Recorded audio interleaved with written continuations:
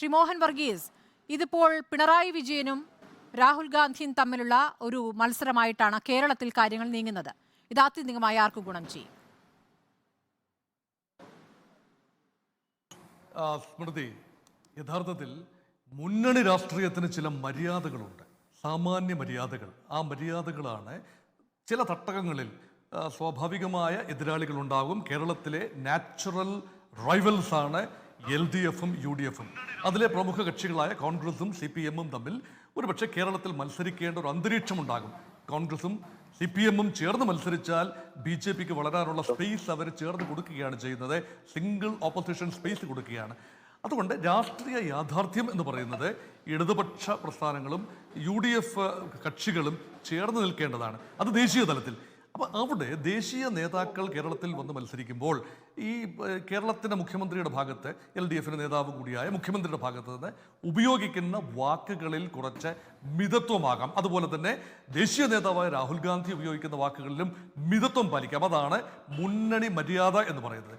പക്ഷെ ഇവിടെ നോക്കൂ, എന്താണ് യാഥാർത്ഥ്യം? ഇവിടെ UDFും LDFും തമ്മിൽ മുഖ്യ മത്സരം നടക്കുന്നു പല മണ്ഡലങ്ങളിലും. എന്നാൽ BJP പ്രമുഖ കക്ഷി തന്നെയാണ്.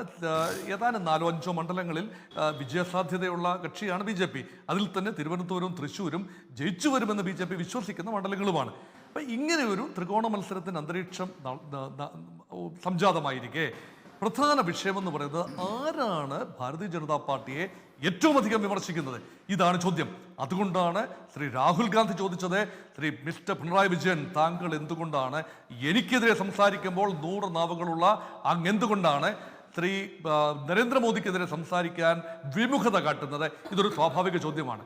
അതിന് ബദലായി പിണറായി വിജയൻ ഒരു തരത്തിൽ പറഞ്ഞാൽ രാഹുൽ ഗാന്ധി പക്വതയില്ലാത്തൊരു നേതാവാണ്. പണ്ട് പപ്പുമോൻ എന്ന് വിളിച്ച് BJPക്കാർ കളിയാക്കിയതുപോലെ, അല്ലെങ്കിൽ അച്യുതാനന്ദൻ അമുൽ ബേബി എന്ന് വിളിച്ച് കളിയാക്കിയതുപോലെ ഒക്കെ ഇരുത്തം വരാത്ത നേതാവിൽ നിന്ന് വരുന്ന ചാബല്യ വാക്കുകളാണ്, അതർഹയ്ക്കെന്ന പുച്ഛത്തോടെ തള്ളിക്കളയുന്നു എന്ന രീതിയിൽ ഒരു പരാമർശം നടത്തി. ഓർക്കൂ, യഥാർത്ഥത്തിൽ 2 കക്ഷികളുടെയും നിലനിൽപ്പ് ഇവിടെ വലിയ ചോദ്യചിഹ്നമാണ്. കോൺഗ്രസിന്റെയും CPMന്റെയും നിലനിൽപ്പ് പരസ്പര ആശ്രയത്തിൽ അധിഷ്ഠിതമാണ്. കോൺഗ്രസ് പാർട്ടിക്ക് ഒരു പ്രമുഖ ശക്തിയാക്കണമെങ്കിൽ പല സംസ്ഥാനങ്ങളിലും ചെറുതെങ്കിലും CPMന്റെ സപ്പോർട്ട് വേണം. രാജസ്ഥാനിലെ ചില പോക്കറ്റുകളിൽ CPMന്റെ സപ്പോർട്ട് ആവശ്യമുണ്ട് കോൺഗ്രസിന്. അതിൽ ഒരു സീറ്റ് CPMന് നൽകിയിരിക്കുകയാണ്. അവിടെ പരിപൂർണ അണ്ടർസ്റ്റാൻഡിംഗ് ആണ് എന്നാണ് പൊതുവെ ഒരു തിരുന്ന ചിത്രം. അതുപോലെ തമിഴ്നാട്ടിൽ വളരെ സാധ്യതയുണ്ട്. ഇനി കേരളത്തിൽ LDFന് സീറ്റുകൾ വളരെ വലിയ തോതിൽ നഷ്ടപ്പെട്ടാലും 2 സീറ്റുകളിൽ CPM, 2 സീറ്റുകളിൽ CPI തമിഴ്നാട്ടിൽ വിജയിച്ചു വരാൻ സാധിക്കും. മുൻ പാർലമെന്റിൽ അങ്ങനെയായിരുന്നു, 17ാം ലോക്സഭയിൽ അങ്ങനെയായിരുന്നു, 18ാം ലോക്സഭയിലും അങ്ങനെ സംഭവിച്ചാൽ ഞാൻ അത്ഭുതപ്പെടില്ല. അപ്പം കോൺഗ്രസിന് സപ്പോർട്ട് അവിടെ വേണം. തമിഴ്നാട്ടിൽ കോൺഗ്രസിന്റെയും DMKയുടെ സപ്പോർട്ട് വേണം. രാജസ്ഥാനിൽ വേണം, ബീഹാറിൽ വേണം. ബീഹാറിൽ 1 സീറ്റ് CPMനും 1 സീറ്റ് CPIക്കും, 5 സീറ്റുകൾ CPI MLനും കൊടുത്തിട്ടുണ്ട്. അപ്പം ഇതെല്ലാം ചേർന്ന് മത്സരിക്കുകയാണ്. അവിടെ ഒന്നും അസ്വാരസ്യങ്ങളില്ല.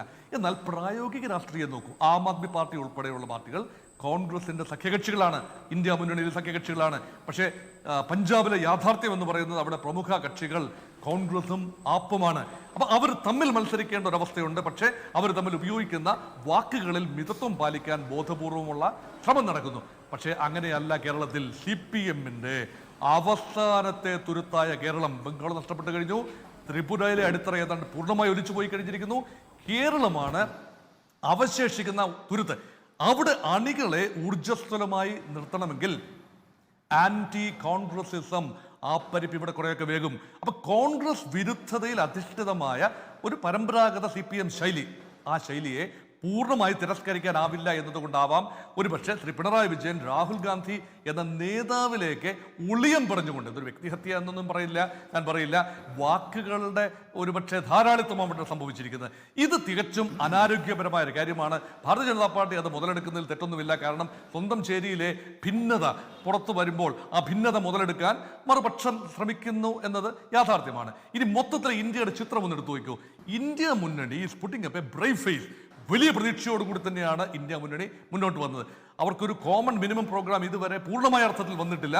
വിവിധ രാഷ്ട്രീയ കക്ഷികൾ, കോൺഗ്രസ് ഉൾപ്പെടെയുള്ള വിവിധ രാഷ്ട്രീയ കക്ഷികൾ അവരവരുടേതായ പ്രകടന പത്രികയുമായി മുന്നോട്ട് വന്നു. കോൺഗ്രസിനെ സംബന്ധിച്ചിടത്തോളം സിറ്റിസൺഷിപ്പ് അമെൻമെന്റ് ആക്ട് CAA കുറിച്ചുള്ള പരാമർശം ബോധപൂർവമായി ഒഴിവാക്കിയതാണ്. വയനാടിൽ പച്ചക്കൊടി, മുസ്ലിം ലീഗിന്റെ കൊടി ഒഴിവാക്കിയതുപോലെ രാഹുൽ ഗാന്ധിയുടെ ചിത്രം മാത്രം വെച്ച് ആ ഒരു റോഡ് ഷോ നടത്തേണ്ട ഒരു അവസ്ഥയിൽ വന്നത് ഒരു രാഷ്ട്രീയ യാഥാർത്ഥ്യമാണ്. വേണമെങ്കിൽ CPM-ന്റെ തന്നെ ഒരു ലെക്സിക്കോണിൽ നിന്നും ഒരേട് ചിന്തി എടുത്താൽ അതിന് പറയുന്നത് അടവ് നയമെന്നാണ്. പൊതുവെ ഇസ്ലാം അനുകൂല പാർട്ടിയായി അറിയപ്പെടാൻ കോൺഗ്രസ് ആഗ്രഹിക്കുന്നില്ല. അത് വടക്കേ ഇന്ത്യയിൽ ദോഷം ചെയ്യും എന്ന സാമാന്യ ബോധം കോൺഗ്രസിനുണ്ട്. പ്രയോഗിക്കുമ്പോൾ ഇവിടെ ആവർത്തിച്ച് കൊടിയെവിടെ എന്ന് BJP-യും CPM ഒരുപോലെ ചോദിക്കുന്നു എന്നുള്ളതാണ് കോൺഗ്രസിന്റെ ഒരു പ്രധാന വിമർശനം. അതിൽ CPM-ന് പാളിച്ച പറ്റുന്നുണ്ടോ? CPM-ന് അറിയാമല്ലോ BJP ഏത് തരത്തിൽ അത് ഉപയോഗിച്ചിട്ടുണ്ട്, ഇനി അത് ഉപയോഗിക്കാൻ പോകുന്നു എന്ന്. സ്മൃതി, അത് മനസ്സിലാക്കണമെങ്കിൽ നമ്മൾ CPM-ന്റെ അടിത്തറയെക്കുറിച്ചും കൂടെ നമ്മൾ മനസ്സിലാക്കണം. CPM-ന് വർഗ ബഹുജന അടിത്തറയാണ്. ഒരു വർഗ സമരത്തിൽ അധിഷ്ഠിതമായ, തൊഴിലാളി വർഗ അധിഷ്ഠിതമായ ഒരു പുരോഗമന പ്രത്യയശാസ്ത്രമുള്ള കക്ഷിയാണ് CPM. പക്ഷെ ഇന്ന് CPM-ന്റെ വർഗ സ്വഭാവം മാറിയിരിക്കുന്നു. കോർപ്പറേറ്റ് സ്വഭാവം, വേണമെങ്കിൽ ക്രോണി ക്യാപിറ്റലിസം എന്നൊക്കെ പറയാം, ചങ്ങാത്ത മുതലാളിത്തത്തിന്റെ സാധ്യതകളെ ആവോളം ഉപയോഗിക്കുന്ന പാർട്ടിയായി CPM മാറിയിരിക്കുന്നു.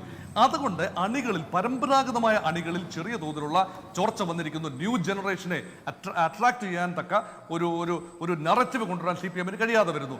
അങ്ങനെ വരുമ്പോഴാണ് CPM-ന് ജാതി രാഷ്ട്രീയത്തിലേക്കും മതരാഷ്ട്രീയത്തിലേക്കും ഒക്കെ അത് പ്രായോഗിക തന്നെയാണ് കടന്നു വരേണ്ടത്. എക്കാലത്തും CPM-ന്റെ ഏറ്റവും വലിയ പിൻബലം കേരളത്തിലെ ഏറ്റവും വലിയ സമുദായമായ ഈഴവ സമുദായത്തിന്റെ സപ്പോർട്ടാണ്. അതിൽ മഹാഭൂരിപക്ഷവും CPM അനുകൂലി അല്ലെങ്കിൽ ഇടതുപക്ഷ വോട്ടർമാരാണെന്ന് വേണമെങ്കിൽ പറയാം. എല്ലാവരുമല്ല എന്ന് ഓർക്കണം, എക്സെപ്ഷൻസ് ഉണ്ട് എന്ന് മനസ്സിലാക്കുന്നു. പക്ഷേ രണ്ടാമതൊരു സമുദായം, ഏതാണ്ട് മുസ്ലിം സമുദായത്തിന്റെ മഹാഭൂരിപക്ഷവും പരമ്പരാഗതമായി മുസ്ലിം ലീഗിന്റെയും അതുവഴി UDF മുന്നണിയുടെയും വോട്ടർമാരാണ്. പക്ഷേ നഷ്ടപ്പെട്ടു പോകുന്ന പ്രതാപം തിരിച്ചു പിടിക്കണമെങ്കിൽ CPM-നും ഇടതുപക്ഷത്തിനും മുസ്ലിം ജനസാമാന്യത്തിലേക്ക് ഇറങ്ങാൻ കഴിയണം. അതിനേറ്റവും നല്ല ഉപാധിയാണ് BJPism. BJP-യെ ആരാണ്, ഞങ്ങളാണ് കോൺഗ്രസിനേക്കാൾ ശക്തമായി എതിർക്കുന്നത് എന്ന് കാണിക്കണം. അതൊരാവശ്യമാണ്. അതുകൊണ്ടാണ് വളരെ വലിയ തോതിൽ പലസ്തീൻ വിഷയം, ഗാസയിലെ വിഷയം ചർച്ചയായതും മഹാസമ്മേളനങ്ങൾ നടത്തിയതും മലബാറിലെ പ്രത്യേകിച്ച് മുസ്ലിം ജനസംഖ്യയെ, ജനസാമാന്യത്തെ പലസ്തീൻ വിഷയത്തിലൊക്കെ CPM-ന് വർഷങ്ങൾക്ക് മുന്നേ തന്നെ കൃത്യമായ നിലപാടുള്ളതാണ്. അതിപ്പോൾ ഈ ഒരു തെരഞ്ഞെടുപ്പ് ഘട്ടത്തിൽ വന്ന ഒരു വിഷയമായിട്ട് അതിന് കാണേണ്ടതില്ല. പക്ഷേ അത് ഈ തെരഞ്ഞെടുപ്പ് ഘട്ടത്തിൽ അത് ഉന്നയിക്കുന്നുണ്ടെങ്കിൽ അതിൽ മറ്റു ചില താല്പര്യങ്ങൾ കൂടി സ്വാഭാവികമായും വിജയിക്കുക എന്നുള്ളത് തന്നെയാണ് ലക്ഷ്യം.